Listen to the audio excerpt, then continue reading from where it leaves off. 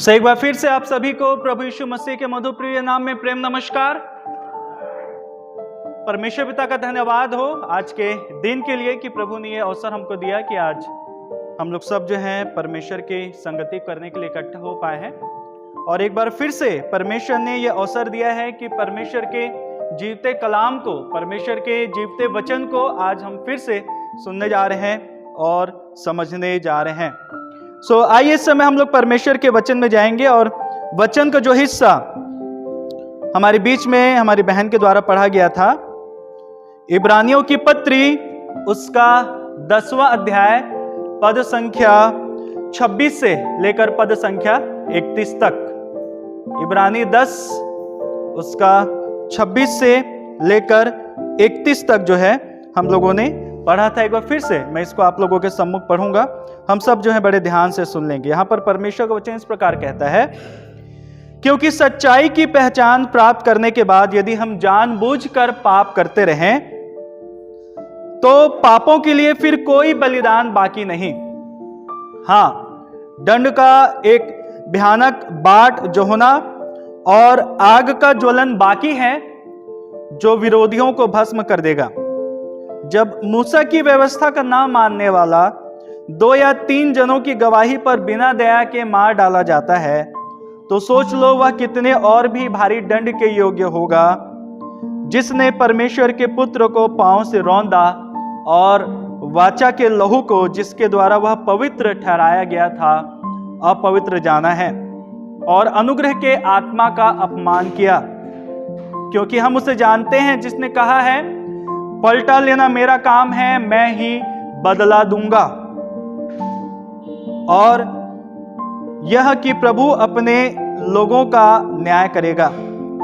जीवते परमेश्वर के हाथों में पड़ना भयानक बात है। परमेश्वर अपने वचन के पढ़े और सुने जाने पर हम सभी को आशीषित करे मेरे प्रियो। और आज फिर से हम लोग जो है एक विषय के ऊपर सीखेंगे। पिछले हफ्ते किस विषय के ऊपर हम लोगों ने सीखा था? पाप के विषय के ऊपर हम लोगों ने सीखा था और कुछ बातों को हम लोगों ने जानने और समझने की कोशिश की थी। और जैसा मैंने आप लोगों को बताया था कि ये जो विषय है ये बहुत ही महत्वपूर्ण विषय है, जो हमको सचेत करता है, जो हमको समझाता है कि हमारे जीवन का या जीवन जीने का जो स्वरूप है, एक मसीही व्यक्ति के जीवन जीने का स्वरूप जो है वो कैसा होना चाहिए, है ना। और जब हम इस विषय को लेके परमेश्वर के वचन से सीखते हैं तो हम क्या होते हैं? सजग होना शुरू हो जाते हैं और सावधान होना शुरू हो जाते हैं कि हमको जो है इस विषय के लिए प्रभु के सामने कैसा होना चाहिए, है ना। और मुख्य बातों को मैंने आप लोगों को बताया था कि कैसे पाप की उत्पत्ति हुई और कैसे पाप जो है वो इस संसार में आया। सो आइए जो है हम लोग और कुछ बातों को इस परमेश्वर के वचन से सीखने, जानने और समझने की कोशिश करेंगे। सो इसमें कुछ बातों को हम लोग देखते आ रहे हैं। आइए हम लोग देखेंगे पाप का गुण क्या होता है। और मेरे साथ निकालिए इब्रानियों की पत्री उसका 3 अध्याय और 13 पद। इब्रानी इसी का 3 अध्याय 13 पद देखिए क्या लिखा है। यहां पर लिखा हुआ है, वरन जिस दिन तक आज का दिन कहा जाता है हर दिन एक दूसरे को समझाते रहो, ऐसा न हो कि तुम में से कोई जन पाप के छल में आके क्या हो जाए? कठोर हो जाए। सो हम लोग गुण देखने की कोशिश कर रहे हैं कि पाप का गुण क्या होता है। और यहाँ पर एक बहुत ही महत्वपूर्ण गुण यहाँ पर दिखाई पड़ रहा हो, क्या है? कठोरता। कठोरता मनुष्य के जीवन में यदि कठोरता को देखें तो लोग जो है मनुष्य के जीवन की परिस्थितियों को और मनुष्य के जीवन के स्वभाव को अलग अलग तरीके से कठोर परिभाषित करते हैं। कई बार हम बोलते हैं कि वो क्या है? बहुत ही कठोर व्यक्ति है ना। कई बार हम लोग को लगता है कि परिस्थितियां जो है बड़ी विपरीत हो रही हैं, कठोर होती जा रही हैं, है ना, उसका समाधान दिखाई नहीं पड़ रहा। लेकिन यहाँ पर परमेश्वर का वचन इस बात को कहता है। इसी के 12वें पद को यदि आप देखेंगे, इब्रानी 3:12 में लिखा है, देखिए क्या लिखा है, हे भाइयों क्या रहो? चौकस रहो। हम लोग पाप के संदर्भ को समझने की कोशिश कर रहे हैं। और मैं फिर से इस चीज को बता दूं कि यदि हम सच्चे विश्वासी बनना चाहते हैं और यदि पाप के प्रति हम सचेत नहीं हैं, पाप के स्वभाव के विषय में सचेत नहीं हैं, तो हमारा प्रभु यीशु मसीह के साथ चलना जो है वो कठिन है। हम प्रभु यीशु मसीह के साथ नहीं चल सकते, क्योंकि शैतान जो है वो इसी बात को आपको और मेरे को बार बार कराता है और हम लोग पाप के स्वभाव को देखने की कोशिश कर रहे हैं। एक विषय हम लोग क्या सीखे थे? परमेश्वर की आज्ञा को पालन ना करना, है ना। दो परिस्थितियां हम लोगों ने देखी थी।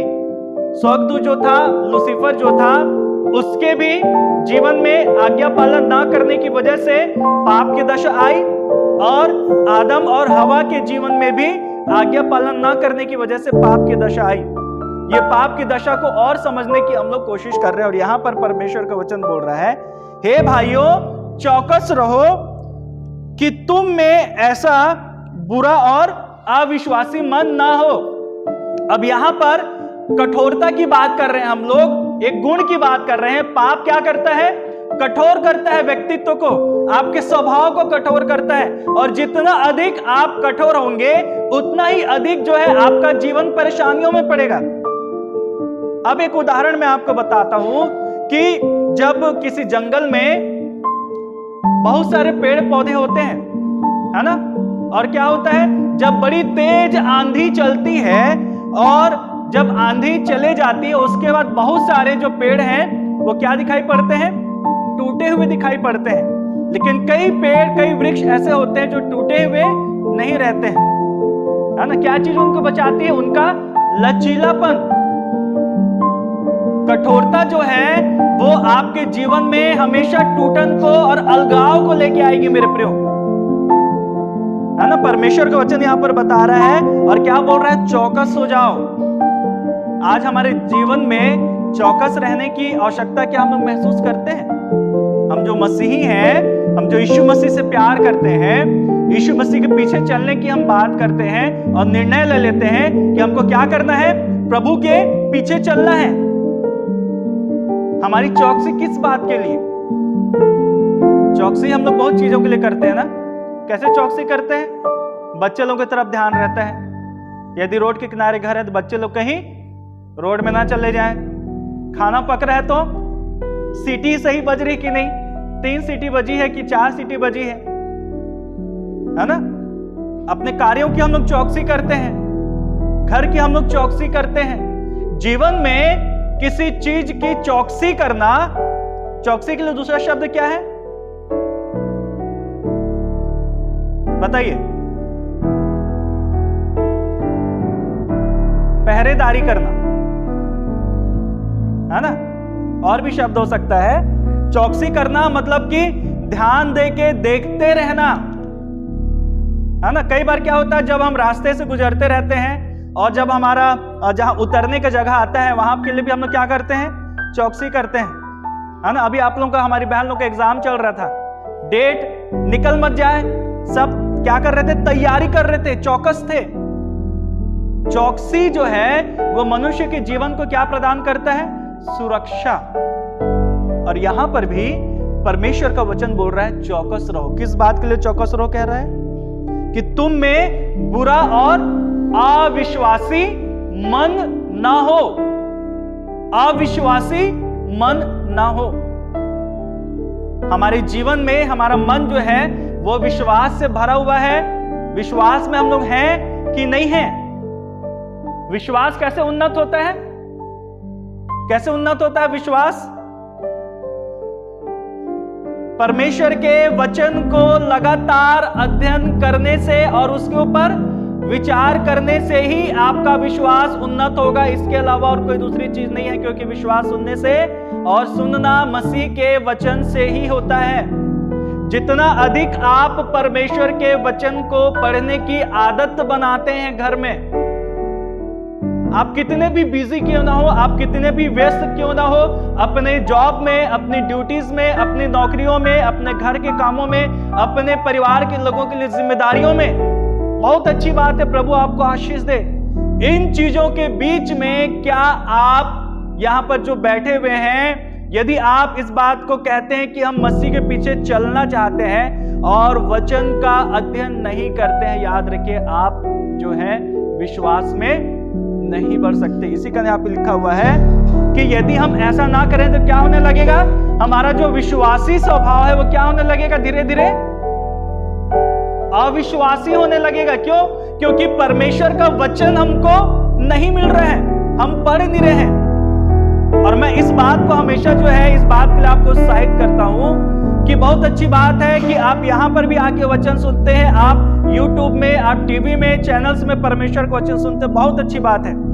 लेकिन याद रखें, यदि आप स्वयं परमेश्वर के वचन का अध्ययन नहीं कर रहे हैं तो आप जो है प्रभु की नजर में आलसी कहलाएंगे।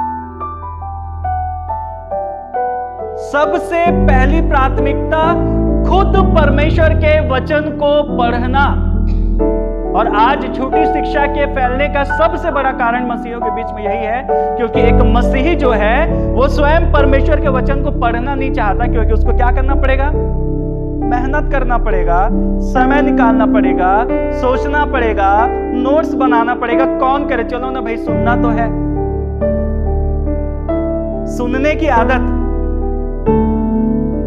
याद रखिएगा, परमेश्वर के वचन को आप तभी सही रीति से सुन पाएंगे जब खुद आप बाइबल अध्ययन करेंगे। सुनने का मतलब यह नहीं है कि हमने टीवी ऑन कर लिया और बैठ के देख रहे हैं उसको, ये कतई नहीं है सुनना, इस बात को ध्यान रखिएगा। सुनने का अभिप्राय यहां से नहीं है। हम लोग जो मसीही लोग हैं, अपने विश्वास को यदि हम संभाल के रखना चाहते हैं, परमेश्वर के वचन को सीखिए। लेकिन सही रीति से यदि आप सुनना चाहते हैं तो पहले आपको खुद परमेश्वर के वचन को पढ़ना पड़ेगा। इंग्लिश लैंग्वेज के लिए एक बात बोली जाती है ना, इंग्लिश बहुत सारे प्रकार के होते हैं। अमेरिकन इंग्लिश होता है ना, ब्रिटिश इंग्लिश होता है, और आजकल ग्लोबल इंग्लिश हो रहा है। प्रोनाउंसिएशन की बात मैं कर रहा हूं। उसके लिए एक बात बोली जाती है, हिंदी लोग, भारतीय लोगों के अंग्रेजी बोलने का तरीका अलग है, लेकिन एक ब्रिटिश के अंग्रेजी बोलने का तरीका अलग है। और कई बार ऐसा होता है कि यदि आप दूसरे लोग जो है अमेरिकन है या ब्रिटिश है, उसके अंग्रेजी को यदि आप सुनेंगे तो आप समझ नहीं पाएंगे वो क्या बोल रहे हैं। उसका एक ही नियम है कि आप यदि खुद अंग्रेजी को सही रीति से पढ़ते हैं और आपको मालूम है कि कौन कौन से शब्द हैं, तभी आप उनकी लैंग्वेज को समझ पाएंगे। मसीह से सुनना भी ऐसे ही है। बहुत सारे प्रचार आपको सुनने के लिए मिल जाएंगे, बहुत सारी चीजें आपको सुनने के लिए मिल जाएंगी, लेकिन जब तक आप व्यक्तिगत रीति से उन चीजों को नहीं पढ़ने के आदी रहेंगे, आप उन चीजों को नहीं समझ सकते। याद रखिएगा इस चीज को। मैं सुनने के विरोध में बिल्कुल भी नहीं हूं। मेरी बात को आप ये मत सोचिएगा कि पास्टर जी बोल रहे हैं कि हम ना सुने। मैं इसके विरोध में बिल्कुल नहीं हूं। ये बहुत अच्छी आदत है सुनने के लिए, सीखने के लिए। लेकिन यदि आप सीखना चाहते हैं परमेश्वर के वचन को, तो खुद आपको क्या करना पड़ेगा, बाइबल को पढ़ना पड़ेगा। अब ये प्रश्न खुद से करिए कि कितने लोग, हम लोग जो है ईमानदारी से अपने घरों में बाइबल को पढ़ते हैं या सुनते हैं, ना? इस चीज को ध्यान रखिएगा। प्रभु यीशु मसीह के पीछे चलना जो है कोई परंपरा नहीं है मेरे प्रियो। प्रभु यीशु मसीह के पीछे चलने का मतलब नहीं है कि आप रविवार को चर्च में आके बैठ जा रहे हैं, है ना। प्रभु यीशु मसीह के पीछे चलने का मतलब यह भी नहीं है कि आप जो है संगतियों में जाके बैठ जा रहे हैं, नहीं, उससे कहीं अलग है उसका मतलब। और यहां पर ये बात बोल रहा है कि हे भाइयों क्या रहो, चौकस रहो। ये जो चौकसी है वो मन की कठोरता को दिखा रहा है कि मनुष्य क्या हो जा रहा है, कठोर आ रहा है। यहाँ पे फिर से मैं पढ़ूंगा, हे भाइयों चौकस रहो कि तुम में ऐसा बुरा और अविश्वासी मन ना हो जो तुम्हें जीवते परमेश्वर से क्या ले जाए, दूर हटा ले जाए। कई बार मेरे प्रियो ये चीजें हमको क्या करती हैं, परमेश्वर से दूर ले जाती हैं। मसीही समाज में कई बार लोगों की मानसिकता ये रहती है मेरे प्रियो कि हम प्रतिदिन संगति में जा रहे हैं, प्रतिदिन रविवार की आराधना में जा रहे हैं और हर एक मांडलिक गतिविधियों में भाग ले रहे हैं, तो हम क्या है, परमेश्वर के निकट हैं। लेकिन परमेश्वर के निकट आने की परिस्थिति हमारी इस विचारधारा से टोटली अलग है। इसी कारण कई लोग आपको ऐसे दिखेंगे जो विशेष अवसरों पर चर्च आते हैं, है ना। कई बार त्योहार के समय में लोग आपको दिखेंगे, है ना, विशेष अवसरों में। और उनको क्या बोला जाता है? त्योहारी ईसाई, है ना, थोड़ा सा मौक किया जाता है, मजाक उड़ाया जाता है। लेकिन सच्चाई क्या है? ये इस बात को दिखाता है कि हम परमेश्वर से कितना प्यार करते हैं। और यहां पर परमेश्वर का वचन बोल रहा है कि जो तुम्हें जीवते परमेश्वर से क्या कर दे रहा है? दूर कर दे रहा है। आज हम मसीह समाज के लोग परमेश्वर से दूर हैं। क्यों?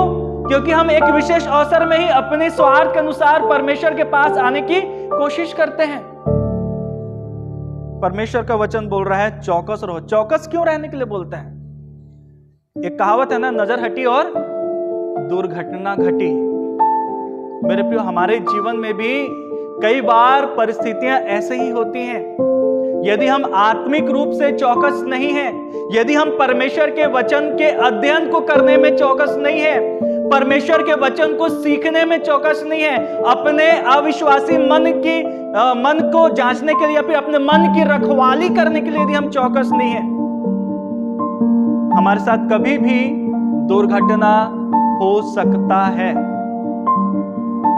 और जब भी दुर्घटना होती है तो वो हमेशा नुकसान की बात होती है। मैं कई बार यहां पर देखता हूं और कई बार इस चीज को मैं बोलना नहीं चाहता। बहुत कम परिवार हैं जो अपने परिवारों के साथ क्या करते हैं? चर्च आते हैं। मैं आपका पासबान होकर बड़े प्रेम से आपको इस चीज को उत्साहित करने के लिए बोल रहा हूं। नजर हटी दुर्घटना घटी। यदि हम परमेश्वर के साथ हैं तो सुरक्षित हैं, इस चीज को जानिएगा मेरे प्रियो। यदि आज हम परमेश्वर के साथ नहीं हो पा रहे हैं, ये एक विचार करने वाली और चिंतन करने वाली बात है। और यहां पर परमेश्वर का वचन बोल रहा है कि तुम क्या करो, तुम में ऐसा बुरा और अविश्वासी मन ना हो जो तुम्हें परमेश्वर से क्या कर दे? दूर हटा ले जाए। है ना, आज लोग परमेश्वर से दूर हो रहे हैं।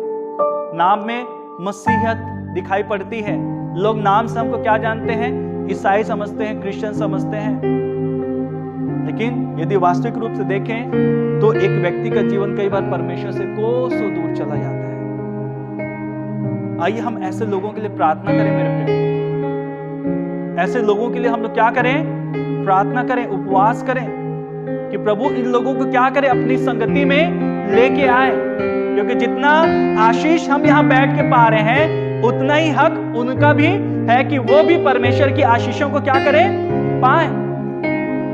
और उसके बाद लिखा हुआ है, वरन जिस दिन तक आज का दिन कहा जाता, हर दिन एक दूसरे को क्या करते रहो? समझाते रहो। ये एक मसीही जीवन का क्या है? स्वभाव है। मसीही जीवन का स्वभाव क्या है? समझाना। सिर्फ यहां से सुन के वापस नहीं चले जाना।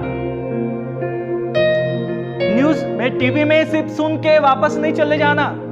YouTube में सुन के वापस नहीं चले जाना। यदि आप यीशु मसीह से प्यार करते हैं तो आप अपने अगल के और बगल के लोगों को क्या करेंगे? समझाएंगे। ये आपके जीवन की परिस्थिति को दिखाता है कि हम मसीह में हैं या नहीं है। समझाना किस चीज को दिखाता है? क्यों समझाया जाता है? क्यों समझाया जाता है? बच्चों को क्यों समझाते हैं कि ये चीज मत करो बार बार? पहली बात, माता पिता को उनके प्रति प्रेम। दूसरी बात कि वो समस्याओं में ना पड़ जाए। हम भी तो यहां पर प्रभु के लहू से धुले हुए लोग हैं। यदि हम प्रभु के प्रेम को अपने जीवन में महसूस करते हैं और प्रभु से कहते हैं कि प्रभु मैं आपसे प्रेम करता हूं, तो प्रभु क्या चाहता है? एक भी आत्मा नाश ना हो। और मैं हमेशा इस बात को बोलता हूं कि हम कहां दूर जाएंगे? हमारे परिवार में ही प्रभु हमको क्या करता है? सेवा करने का मौका देता है। कि हमारे परिवार के जो लोग जो प्रभु के पास नहीं आ पा रहे हैं, उनको क्या करें? हम प्रभु की संगति में लेके आए। और इसी का यहाँ पे परमेश्वर का वचन बोल रहा है, इस बात के लिए समझाते रहो, एक दूसरे को चिताते रहो। ये एक जिम्मेदारी है एक विश्वासी की। यदि मैं विश्वासी हूं तो मैं हर एक विश्वासी को समझाने की कोशिश करूंगा कि आप अपने आत्मिक जीवन की क्या करिए? चिंता करिए। मसीही जगत या मसीही विश्वास परंपरा का विश्वास नहीं है जिसमें एक चीजों को हम बिना सोचे समझे करते आ रहे हैं। परंपरा ऐसी चीज होती है, कई बार लोग परंपरा का पालन करते हैं, किसी भी संस्कृति में हो, लोगों को मालूम ही नहीं रहता कि वो कस्टम और वो चीजें क्या हैं, है ना। और यहां पर परमेश्वर वचन क्या बोल रहा है, इसलिए समझाते रहो, ऐसा ना हो कि तुम में से कोई जन क्या करे, पाप के छल में आकर क्या हो जाए, कठोर हो जाए, पाप के छल में आकर कठोर हो जाए। और ये जो कठोरता हमारे जीवन में दिखाई पड़ रही है मेरे प्रियो, यदि मेरे जीवन में दिखाई पड़ रही है तो इसका यही मतलब है कि समझाने की आशीष मुझे नहीं मिल पाई, समझने की आशीष मुझे कई बार नहीं मिल पाई। यदि कोई व्यक्ति किसी को समझाए तो वो पाप के छल में आके कभी कठोर नहीं होगा। यदि हमारे आसपास बहुत सारे लोग कठोर पाए जा रहे हैं, प्रभु के पास नहीं आना चाह रहे हैं, प्रभु से प्रेम नहीं करना चाह रहे हैं, सिर्फ एक ही कारण है, हमने यीशु मसीह को जाना और उनको आप और मैंने क्या नहीं किया, समझाया नहीं। मेरे साथ निकालिए यूहन्ना रचित सुसमाचार उसका 8वां अध्याय और पद 34। यहां पे लिखा हुआ है, परमेश्वर का वचन बोलता है, मैं तुमसे, यीशु ने उनको उत्तर दिया, मैं तुमसे सच सच कहता हूं कि जो कोई पाप करता है वह पाप का दास है ना। पाप का एक और गुण क्या है, दास बना देना। पहली बात हम लोगों ने क्या देखा, वो कठोर कर देता है, और पाप क्या कर देता है, दास बना लेता है। और एक दास जो होता है, एक जो बंदी होता है, उसकी अपनी कोई स्वतंत्रता नहीं होती, है ना, उसकी अपनी कोई स्वतंत्रता नहीं होती। यहां पर लिखा हुआ है कि दास सदा घर में नहीं रहता, लेकिन पुत्र क्या रहता, सदा घर में रहता। और उसके बाद वो कहता है, यदि पुत्र तुम्हें स्वतंत्र करेगा तो तुम क्या हो जाओगे, स्वतंत्र हो जाओगे। सिर्फ यीशु मसीह ही है जो इस पाप के बंधन से मनुष्य को या मनुष्य जाति को आजाद कर सकता है। हम लोग देख रहे हैं पाप का गुण क्या है, कठोरता। पाप का गुण क्या है, दास बना लेना। और एक और गुण है, दूसरा पत्रस दूसरा अध्याय, दूसरा पत्रस उसका दूसरा अध्याय और 19 और 20 को पढ़िए। दूसरा पत्रस उसका दूसरा अध्याय और यहां पे लिखा हुआ है 19 और 20 को मैं पढ़ रहा हूं, सब ध्यान से पढ़ेंगे, सुनेंगे, है ना, ध्यान से सुनेंगे। यहां पे लिखा हुआ है, वे उन्हें स्वतंत्र करने की प्रतिज्ञा तो करते हैं, पर आप ही सड़ाहट के दास हैं, क्योंकि जो व्यक्ति जिससे हार गया वह उसका क्या बन जाता है, दास बन जाता है। हम लोग देख रहे हैं गुण, कठोर करता है, दास बना लेता है, और यहां पर क्या दिख रहा है, सड़ाहट उत्पन्न करता है। पाप एक मनुष्य के जीवन में सड़ाहट उत्पन्न करता है। सड़ाहट किस चीज को दिखाता है, क्या होता है सड़ाहट, यदि कोई चीज सड़ती है तो उसके बाद क्या होता है, नहीं हो कर सकते, खत्म हो जाता है। सड़ने के बाद उसका अस्तित्व धीरे धीरे खत्म हो जाता है मेरे प्रियो। और ये परमेश्वर का वचन यहां पर इस बात को आपको और मेरे को क्या कर रहे हैं, समझा रहे। इसके 18वें पद को देखिए, लिखा है, वे व्यर्थ घमंड की बातें करके लुचपन के कामों के द्वारा उन लोगों को शारीरिक अभिलाषाओं में फंसा लेते हैं जो भटके हुओं में से अभी निकल ही रहे हैं। ऐसे बहुत सारे लोग हैं, शैतान के लोग हैं, जो क्या कर रहे हैं, शैतान की नजर कहां पे रहती है, वो व्यक्ति जो अपने पापी जीवन से बाहर निकल के प्रभु की ओर आने की कोशिश कर रहे हैं। याद रखिएगा, जब आपने यीशु मसीह के ऊपर विश्वास करना आरंभ किया तो इस बात के लिए तैयार हो जाइए कि आपके सामने समस्याओं का अंबार लगेगा। इस बात की गारंटी ले लीजिए, है ना। मैंने पहले भी कहा, कई लोग इस बात को कहते हैं कि जब हम प्रभु के साथ नहीं चल रहे थे तो सब कुछ अच्छा था, जैसे प्रभु के ऊपर विश्वास करना शुरू करे तो समस्याएं आने लगी। क्यों आती है समस्याएं? ये इस बात को बताता है कि आपका एक सच्चा विश्वास शैतान के उस पूरे गढ़ में क्या करता है, उथल और पुथल को मचाना शुरू करता है। और इसी का शैतान जो है, जो समस्याएं उसने पहले आपके जीवन में नहीं लाई होंगी, उन समस्याओं को भी वो आपके जीवन में लेके आएगा। लेकिन ये किस चीज को दिखाता है, यही चीज को दिखाता है कि आप विश्वास में क्या हो रहे हैं, बढ़ रहे हैं। याद रखिएगा, ये एक सच्चाई है और एक शिक्षा है विश्वासियों के लिए। और एक विश्वासी का जीवन परेशानियों से ही भरा रहता है अधिकतर। बाइबल में निकाल के पढ़िए। एक जो सच्चा जो विश्वासी होता है ना, वो अपने विश्वास का दाम जिंदगी भर चुकाना चाहता है, चुकाते रहता है। समस्याएं उसके सामने रहती है, परेशानियां उसके सामने रहती हैं। पौलुस इसका सबसे बड़ा उदाहरण है। लेकिन एक चीज है कि उन समस्याओं में वो आनंद जो उस व्यक्ति को प्राप्त होता, वो आनंद जब वो सही था तब भी उसको कभी प्राप्त नहीं हुआ। समस्याएं बढ़ी आएंगी, परेशानियां बढ़ी आएंगी, प्रभु को धन्यवाद दीजिए। लेकिन यह भी बात है कि आप प्रभु के साथ बने हुए हैं तो वो समस्याएं आपको आत्मिक आनंद में लेके जाएंगी। आप प्रभु को धन्यवाद देंगे कि धन्यवाद प्रभु, मैं इस परिस्थिति से होके गुजरा। एक साधारण सा उदाहरण है, हमारी बहन लोग अभी एग्जाम को लिख रहे हैं, लिख के आए हैं, है ना। जब रिजल्ट आएगा तो वो लोग उसी एग्जाम के लिए प्रभु को धन्यवाद देंगे। प्रभु, यदि ये एग्जाम नहीं होता तो मैं परीक्षा को पास नहीं कर पाती या नहीं कर पाता। हमारा जीवन भी वैसे ही है। यदि प्रभु की आशीष को पाना है, उसके आनंद को पाना है, गुजरिए। दाऊद बोलता है, चाहे मैं घोर अंधकार से भरी हुई तराई में होकर चलूं तो भी हानि से न डरूंगा, क्योंकि तू मेरे साथ रहता है। प्रभु कहां रहता है? हमारे साथ जब हम तकलीफ में होते हैं।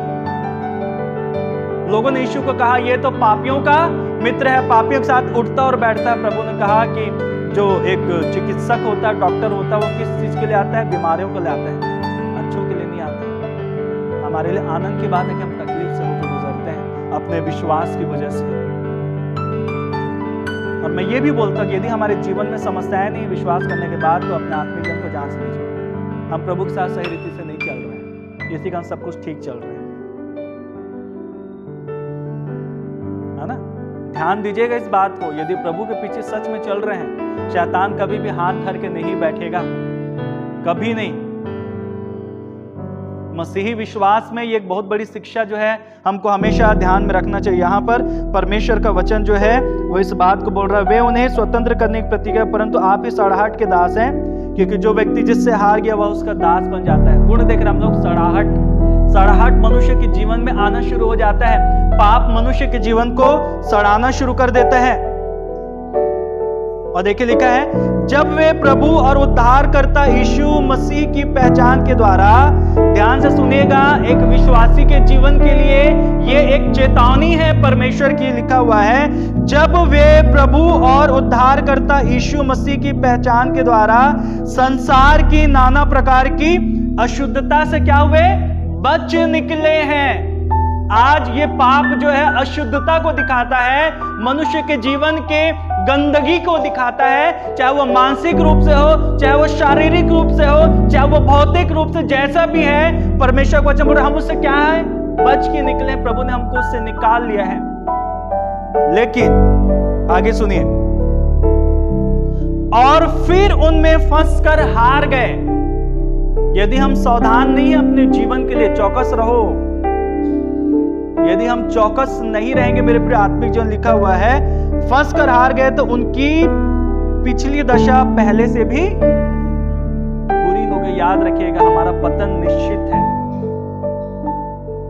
प्रभु यीशु मसीह को उद्धारकर्ता ग्रहण करने के बाद यदि हम उसको छोड़ के वापस जाते हैं, हमारे लिए कोई भी आशा बाकी नहीं है। मेरे प्रिय, संसार में कोई ऐसा दूसरा ईश्वर है ही नहीं। और उसके बाद आपको क्या लगता है, शैतान जो आपका स्वागत करेगा? हमारे लिए इस पूरे ब्रह्मांड में प्रभु को छोड़ और कहीं सुरक्षा नहीं है। और यहाँ पे लिखा हुआ, यदि हम प्रभु के साथ चलते हुए फिर से उसको छोड़ के धोखा दे के वापस जाने की कोशिश कर रहे हैं, हमारी दशा और बुरी होती आएगी, बद से बदतर। यहाँ पे सड़ाहट जो बोल रहा है ना, वो उसी चीज को दिखा रहा है कि एक समय के बाद चीजें खत्म हो जाएंगी। पाप का जो गुण है वो आपको और मेरे को समझना पड़ेगा। पाप क्या करता है? कठोर करता है। पाप क्या करता है? आपको अपना दास बना लेता है। पाप क्या करता है? आपके अंदर ऐसी सड़ाहट को उत्पन्न करता है धीरे धीरे कि आप जो हैं वो धीरे धीरे विनाश की ओर जाने लगते हैं। सो पहली बात हम लोगों ने देखा पाप का गुण।